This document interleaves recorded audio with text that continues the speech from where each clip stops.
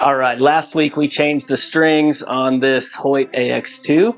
This week we're going to figure out two things. We're going to do a little bit of testing.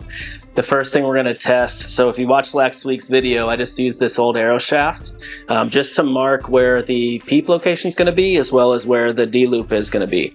I've just thrown the strings on fresh. We're going to throw a D-loop on, we're going to put the peep in the same locations in the string, and then we're going to run it through paper and we're going to see how close we are. Second test, I've got these arrows that I built for tack.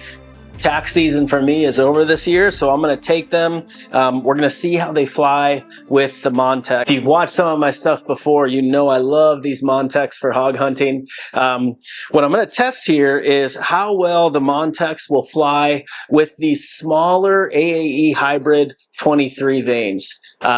These things are awesome and they're super low profile. I really like how they sit in my quiver. They're not hitting each other. What I don't know is how well they'll fly with a fixed blade broadhead. I think we can get them to fly pretty good, but we're going to test it. So step one, we're going to get this bow with a D loop. We're going to run it through paper, see how close we are. We'll paper tune it, and then we'll take it outside and we'll see how specifically these arrows with this hybrid vane actually fly. Let's get this in here. We're going for peep and we're going for D-loop. So we're just going to press this just lightly enough for now, just to hold the bow. I got my nifty measuring stick. So we're going to do, this is the Hamsky Raptor peep. I've been using this thing for years. Love it. No issues. And I'm going to need some D-loop. All right. I don't know if you guys do this, whenever you're shooting a tack or even when you're hunting, I always carry a little bag of necessities, some extra nocks, some extra D-loop, a lighter, just little things that can go wrong and ruin your hunt a little bit. So really, this is super simple. So last week, when I was changing the strings on this bow, I took this arrow and I took the tip and placed it just on the string stop here in the middle. And you can see on here, I have a mark for my knock points where my D-loop's going to go, and then a mark for my, my peep up here. So really, it's this easy, right? We're not doing any measuring. All I'm doing here is just lining this up right where I had it before. And I'm going to knock an arrow there. Okay. There we go. Now I know where to tie my knock points, right? So easy. No measuring involved. And this is going to get you darn close. Might get you perfect. But if it doesn't, we'll move the rest up or down just a little bit, but really, really easy. For these knock points, I just do a double over under. And you want to leave about a serving width between your arrow knock and where you put that knock point. You don't want it to pinch. You just want a little bit of wiggle in there. And so I usually do just about a width of the serving. I leave that, and then that's where my knock goes. All right, so I've got my spot here. Now I'm just going double over unders. Usually do about 3 of these for my knock point. So we're just pulling up from the bottom. Make sure you get these nice and tight, because this will probably be on your bow for the life of your string, most cases. And then just to finish it off, you're just going to do a square knot right in the middle. And that just kind of locks everything together.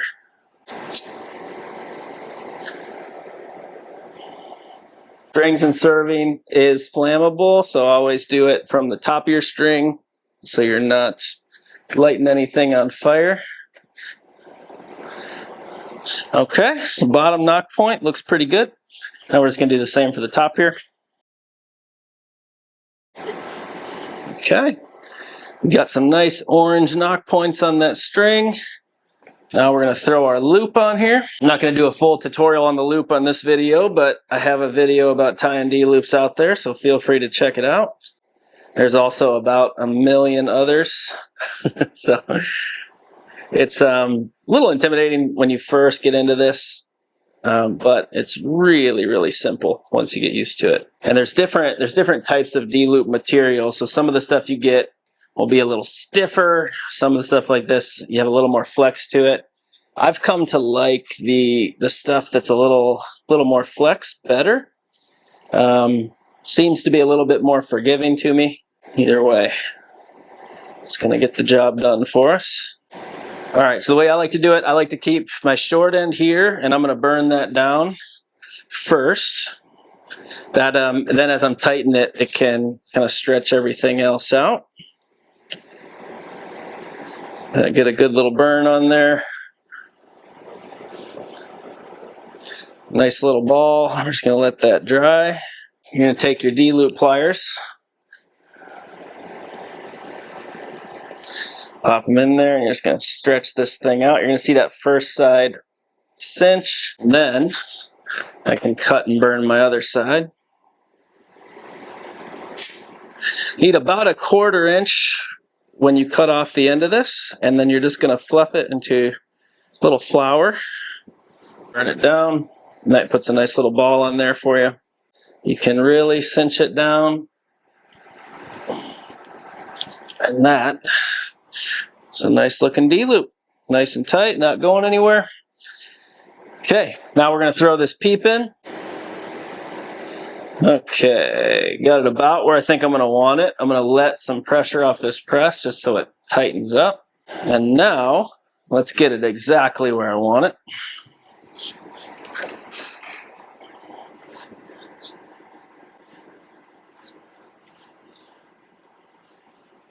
Oh yeah, guessed that, perfect.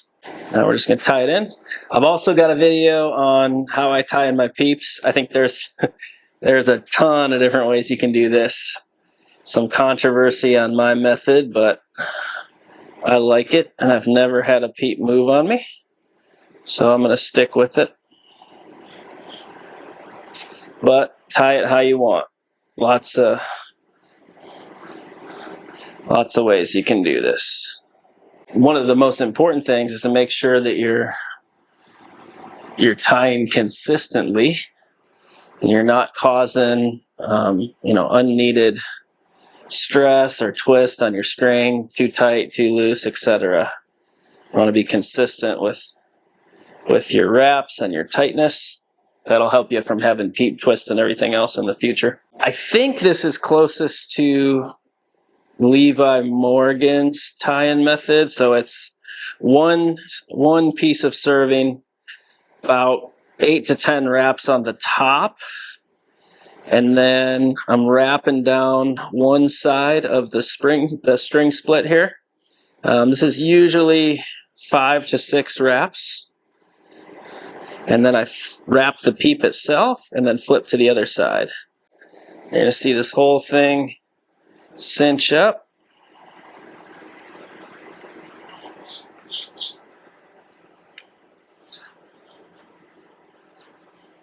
All right, got ourselves tied peep. Okay. Locked and loaded. Now, before you go messing trying to get your peep twist and everything just right, draw your bow a couple of times, let things settle in. You've split the string, you've put a little bit of tension on it. So all I'm going to do right here is just pull this out. I'm going to put an arrow in for safety, and I'm going to draw this a couple times. We've got everything lined up. Peep looks good. I'm just going to shoot arrow a couple times into this target here. And then from there, we'll just put it through paper and we'll make sure it's dialed in. This little PVC paper tuner has been awesome. First shot through paper. See if everything's lined up.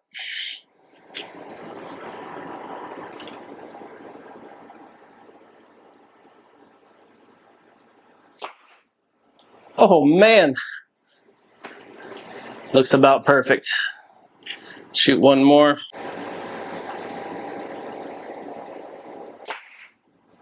Beautiful. It is that easy. So 2 shots through paper, we've got perfect bullet holes.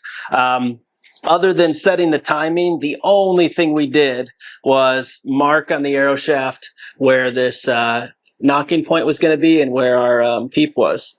And we're shooting bullets through paper. Keep it simple. This is one way to do that.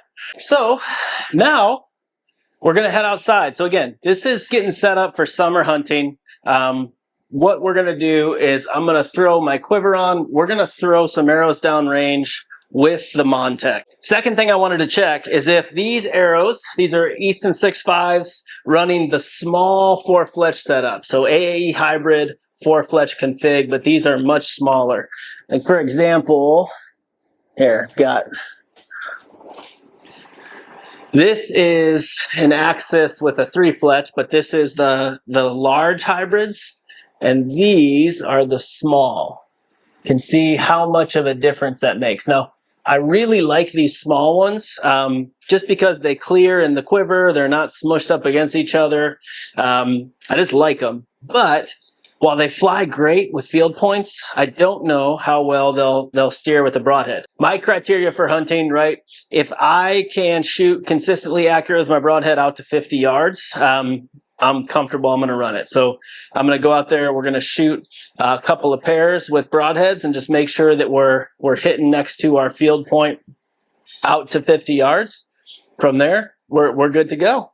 So let's head outside and let's get it dialed in. Now we're out here. We're just going to make sure that we're shooting and these arrows are going where we want. First, we're going to make sure that our tape's still on. Should be, arrows are exactly the same weight. Nothing's changed on the bow. But we'll just make sure we're dialed at 20. And then from there, I'm just going to back up. I'm going to make sure that these broadheads are steering okay with these smaller vanes. And again, if I'm in the pocket out to 50 yards and I'm not seeing any weirdness with the arrows, this is what I'm taking out into the field. When you're shooting pairs with a broadhead and with field point, always shoot your broadhead first so you don't tear up your fletchings on your other arrow. So we got 20 yards. Let's see if we're close. Ooh, that looks good.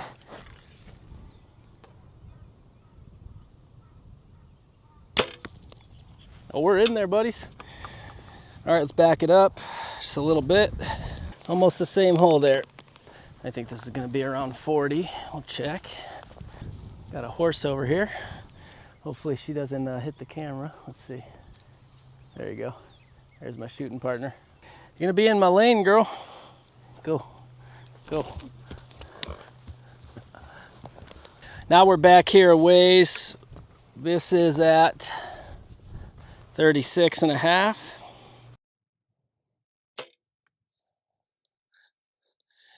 All right, that was a little funky. Now when that really kind of veered with that breeze, now let's see how the field point flies. Ooh. All right, let's go back. We're gonna grab those. We're gonna try this again. Yeah, that broadhead seemed to catch the wind a little bit, and I could see it kind of kick out. If I get similar results, I think what I'm gonna do is throw some bigger vanes on here. We'll see. These little ones just might not be great at steering that broadhead. Yeah, it just doesn't want to stabilize as fast as I would like. Went where I wanted it, but it's just a little bit too much movement in that arrow. Yeah. Let's shoot one more. Yeah, so these field points consistently flying a little bit higher. And I think we're losing velocity. So these things, they're just flopping around just a little bit, but enough where we're dropping. I love these little vanes, but I think I have a verdict. I'm gonna shoot one more time just to test it. I'm shooting right at, above the, kind of in the pocket of that deer target down there. You can see where the black spot is, where it's all tore out. I'm aiming right at the center of that black pocket. Pretty consistently, the broadhead arrow, same grains, both 100 grains, same arrow, is having some kind of motion in the air, and it's hitting lower on the target. This one is hitting a little bit higher, which tells me may need to adjust my sight tape a little bit. But let's try one more time. If it does it again, I'm gonna swap these out for some bigger vanes specifically for these broadheads, and then we'll tune it in this way. I was hoping I might be able to get away with these ones, but it doesn't look like they're gonna have enough steerage. Yeah, that one clearly. So the wind was blowing on that shot, and I saw the arrow just completely click out. Now, that's not an issue with these vanes and the field points. So even in the wind, and these things perform really well in the wind with field points, this thing stays right on the money. Left, right's great. So yeah, that's what we're gonna do. Here's what we've learned today. I was hoping that I could get away with my tack arrows with those hybrid little vanes and hunt with those. Not gonna give me the steering I want on these arrows.